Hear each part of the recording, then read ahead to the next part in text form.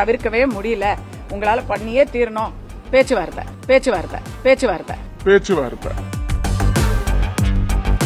நீங்க combine study பண்ணணும் இல்ல வெறும் பேசணும்னு சொன்னா அதுக்கு நீங்க ரூம் போட்டு கூட பேசிக்கோங்க. எதுல சுதந்திரத்தை காட்டுவீங்க?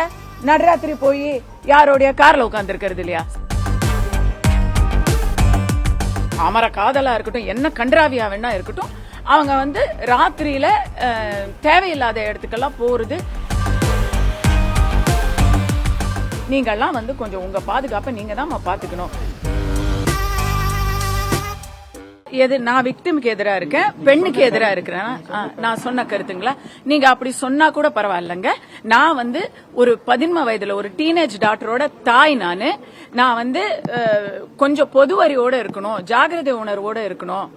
வேலை கெட்ட வேலையில ஊர் சுத்தக்கூடாது அப்படின்னு அது எந்த காரணத்துக்காக வேணா இருக்கட்டும், அது வியாபார நோக்கமா இருக்கட்டும், இல்ல அமர காதலா இருக்கட்டும், என்ன கன்றாவியா வேணா இருக்கட்டும், அவங்க ராத்திரியில தேவையில்லாத இடத்துக்கெல்லாம் போறது.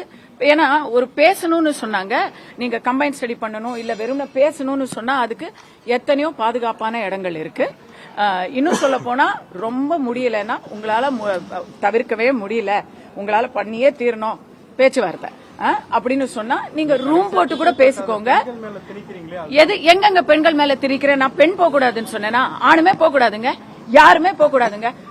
நான் ஒரு பெண்ணையும் ஒரு மகனையும் பெத்த தாயா சொல்றேன். அப்படிலாம் நாம இன்னைக்கு நாட்டுல பாதுகாப்பு இல்ல. இது சிங்கப்பூர் கிடையாது.